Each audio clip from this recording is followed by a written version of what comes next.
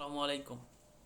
পাগলা ট্রাম্পের 5 দিনের জন্য ইরানের বিদ্যুৎ কেন্দ্র আর জ্বালানি অবকাঠামোগুলোতে সাময়িক হামলা স্থগিতের নির্দেশ দিয়েছে।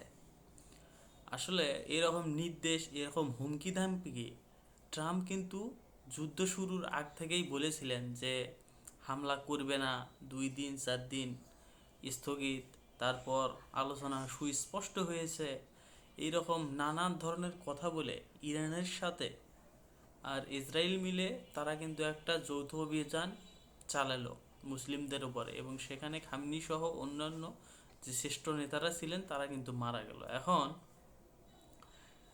এই ইরানের বিদ্যুৎ কেন্দ্র আর জ্বালানি অবকাঠামোতে হুমকি দিয়েছিলেন 48 ঘন্টার। সেটা পার হওয়ার আগেই তিনি তার সুরটা একটু নরম করলেন। তিনি বললেন যে নিজের মালিকানাধীন সামাজিক যোগাযোগ মাধ্যম ট্রুথ সোশ্যালে তিনি এই আলটিমেট শেষ হওয়ার মাত্র কয়েক ঘন্টা আগেই ঘোষণা দিলেন যে আমি অত্যন্ত আনন্দের সাথে জানাচ্ছি, গত 2 দিনে যুক্তরাষ্ট্র আর ইরানের মধ্যে আলোচনা সুস্পষ্ট হয়েছে। এতে মধ্যপ্রাচ্যে আমাদের শত্রুতাপূর্ণ কর্মকাণ্ড সম্পূর্ণ আর চূড়ান্ত সমাধানের বিষয়ে অত্যন্ত ইতিবাচক আর ফলশ্রুত আলোচনা হয়েছে। এই গভীর আর বিস্তারিত আর গঠনমূলক আলোচনার মেজাজ ও সুর বিবেচনা করে আমি প্রতিরক্ষা বিভাগকে আগামী 5 দিনের জন্য ইরানের বিদ্যুৎ কেন্দ্র এবং জ্বালানি অবকাঠামোতে সব ধরনের সাময়িক হামলা স্থগিত রাখার নির্দেশ দিয়েছি।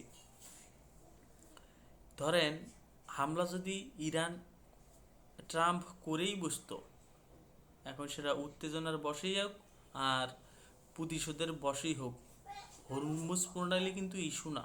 সেখানে এই চলমান যে যুদ্ধ সপ্তাহ জুড়ে বা 20 থেকে 24 দিনে গড়াইছে, সেটা কি বন্ধ করতে পারতো? এবং হরমুজ প্রণালী তার ভয়েই কি ইরান খোলা রাখার বা বন্ধ করার একটা চেষ্টা চালাইতো? কয়েক সেকেন্ডের মাথায় কিন্তু ইরানের পক্ষ থেকেও একটা প্রতিবাদী ভাষা এসেছে। এই পররাষ্ট্রমন্ত্রী দিয়েছেন যে তারা যদি হামলা করেই বসে, আমরা কিন্তু মধ্যপ্রাচ্যের যে অবকাঠামো আর বিদ্যুৎ যে জ্বালানিগুলো আছে সেখানে কিন্তু হামলা করতে ছাড় দিব না। এখন এই তেলের দাম বাড়ার 50% বাড়ার পিছনে ট্রাম্পের কিন্তু ওতপ্রোত হাত আছে। আর এই সময়টা বেঁধে দিয়েছে ট্রাম্প একটু জিরিয়ে নিচ্ছে, তার যে হামলার পরিধি সেটাকে বৃদ্ধি করার জন্য। হামলা কিন্তু করবেই। আর ইরানও যে একচেটিয়া মনোভাব নিয়ে বসেছে হরমুজ প্রণালীতে, সেখানে কিন্তু এরকম তারা পিছু হটার কোনো পাত্র নয়, কারণ তাদের ক্ষতের দাগ গভীর, তাদের ক্ষত শুকাইতে অনেক সময় লাগবে, এটা সুস্পষ্ট। এখানে কিন্তু বোঝাই যাচ্ছে যে সামনে কি হতে যাচ্ছে। যতই নৌপথ বন্ধ করে দিক না কেন, অবকাঠামো মেরামত না করা পর্যন্ত তাদের এই হামলা চালানোর যে একটা ওতপ্রোত মনোভাব, সেটা কিন্তু পিছু ছাড়বে না ট্রাম্পের, এবং সেখানে হামলা করেই বসবে। এখন তিনি বলুক আর না বলুক, সপ্তাহ যাক আর না যাক।